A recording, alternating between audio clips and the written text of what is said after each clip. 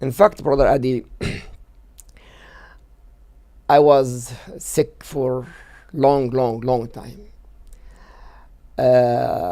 Suddenly, I was on my bed and in the hospital for a few years, actually waiting for my liver transplant. And Alhamdulillah Rabbil Alameen, the doctor gave me 3 months to live. That's it. Even after the transplant, after I wake up from my coma, I was in a coma, of course. I cannot recognize my own self, my own kids. Then step by step, I start to remember myself and the kids and the family. And the only thing I remember actually very well, that I am still in Palestine. May Allah liberate Palestine, in Gaza Strip, because I grew up there. And when the people start to speak English, in fact, I was speak English with them. It was funny, you know. I thought that I'm still in Gaza. Then I recognized myself, I'm here in America. It was hardship. The only thing I believe, with all my respect, to have a doctor here, even doctors, and no one benefits me except the dua of the people. Allah accepted. They gave you how long to live? 3 months. 3 months. That's what the doctor said. 3 months I live, but no, and everybody give up, even me, except Jazakallah khair, my wife Annie. She really helped me a lot. She always know you're gonna live. Don't worry. You always doing da'wah for Allah subhanahu wa ta'ala. The people make dua for me. Everybody make dua. In fact, I found out all over America, actually, different country. They always texting and calling. The dua, Allah accepted with no question asked. No doctors, with all my respect, no engineer, no nurse, no medicine, nothing. Until now, alhamdulillah, my life, 2.5 years. It shows you who's really in charge, huh? Indeed, he is the one.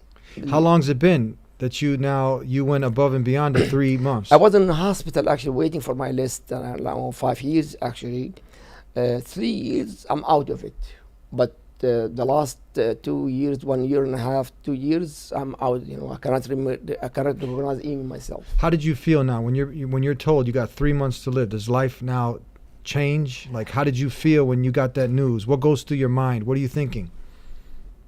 I was afraid what could happen in the grave. I was afraid all of us were gonna die.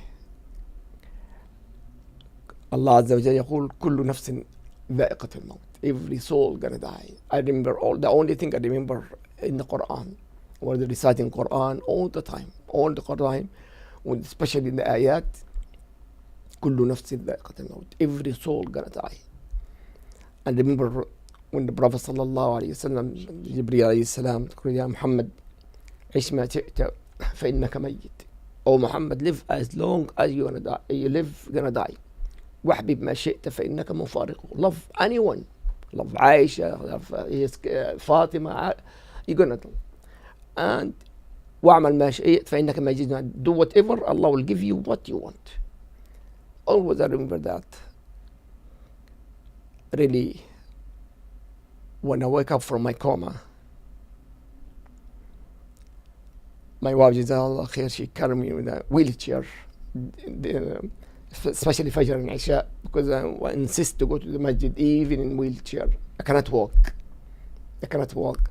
She carried me and put me in a chair all the way. I pray with the people, Dhuhr and Isha, especially Fajr and Isha. And I try to stand. I want to stand up just like everybody else. In fact, Dr. Zaki from Boca Raton, I was in a wheelchair. This Boca Raton Masjid, I was so happy because I was the Imam there. And the brother worked very, very hard. The only thing I remember, by the way, Palestine, Mecca, Medina, and Boca Raton, Florida. The only thing I remember actually from my coma. And then they invite me to come. I went 1 week, before 9 months after I start to speak, but still in a wheelchair. From the airport, I said 2 rak'ah before go to the hotel. And believe it or not, I went in a wheelchair in a stick and told my wife, I want to make sujood. Impossible to make sujood.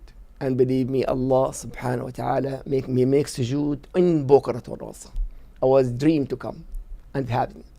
In fact, believe it or not, brother Adi, the doctor gave me impossible gonna walk. I was in my bed like this, and I told my wife, Annie, her name Annie, my wife Annie, say I make ruqyah for everybody, and Allah cure everyone. Let me make ruqyah for myself, because I try to make sujood only. Ruku' sujood, I can't. She hold me and her son, we just to sit. I can't make sujood or ruku'. And one day I told her, please, I want to make ruqyah for myself. I need a bucket of water, warm water. It was in winter. And her son came from Umrah. Zamzam is not in condition to get them. And I make Surah Al-Fatiha only, brother Eddie, Abu Hamza, 7 times Surah Al-Fatiha only, but with tama'anina and understand it. I understand Surah Al-Fatiha. And I told her, let me carry me to the bathroom and let me take a shower with the water. See, she carry the water and she carry me to the bathroom. And she said, please leave. I said, impossible. Because I cannot, she hold me. If I am in the bathroom, she have to hold me. And she said, please, I believe it or not, more than almost 15 minutes just to encourage her to go outside. She waited outside, closed the door. What I did, I take this water, I make wudu. I make wudu inside the bathroom. And then I cannot carry. I have a small cup just like this. Small cup on my body. All my body. After wudu, of course. And now we're going to stand up alone. She's outside. And believe it or not, I stood up. Not only that, I have to walk. And there's a step as I get out. Brother, I step outside. Alone. And then I open the door. Assalamu alaikum, Annie. I open my, it's impossible to do like this. And I make sujood and 2 rak'ah for shukr for Allah subhanahu wa ta'ala. And then after that I go, alhamdulillah, instead go Fajr and Isha, 5 times I go to the masjid now, alhamdulillah. Subhanallah. And because of the dua, and especially the way I pray in that time, in the Surah Al-Fatiha, only Surah Al-Fatiha. Mm-hmm. A lot of people do it. Remember once we spoke about hasad and this, and we talked like years ago about the hasad and the people ruqyah and the people making some kind of magic and this. Yeah. Yes, I remember that. You remember that day? I remember that. I remember myself actually. I didn't make anything other than Surah Al-Fatiha outside the bathroom. Mm-hmm. And believe it or not, Allah subhanahu wa ta'ala accepted. So yeah, many people forget, okay, you try all of the physical means, but now people forget about the spiritual means. Indeed. So you did all the physical means. You went to the doctors, you took all the pills, you did all of that. But now what proved at the end, I mean, doesn't mean that you go away from the physical means, but many people, they forget about this. This is how powerful this is. And you did that. You know, Brother Reddy, when I wake up from my coma, I open my eyes, my wife next to me, Annie. I say, Annie, did I pray? Door. By the way, when I want to coma few months, I cannot even pray because I am out of it. I said, don't worry, because I cannot move. I said, please, did I pray? It was Maghrib time. I thought Asr, but she to Maghrib. And she said, no, you don't pray. I said, please, I want to make wudu. She carried me to the bathroom. And believe it or not, I pray Salat al-Maghrib 3 times. I pray with voice, Surah Al-Fatiha. I believe it was إِذَا جَاءَ نَصْرُ الْفَتْحِ, and also قُلْ هُوَ اللَّهُ أَحَدٌ, and that's it. But with tama'nina, relaxation, when I read the Salah. And believe it or not, I start to concentrate to teach how the Prophet ﷺ pray. Shaykh, can you tell us now, give just something, when I asked you earlier,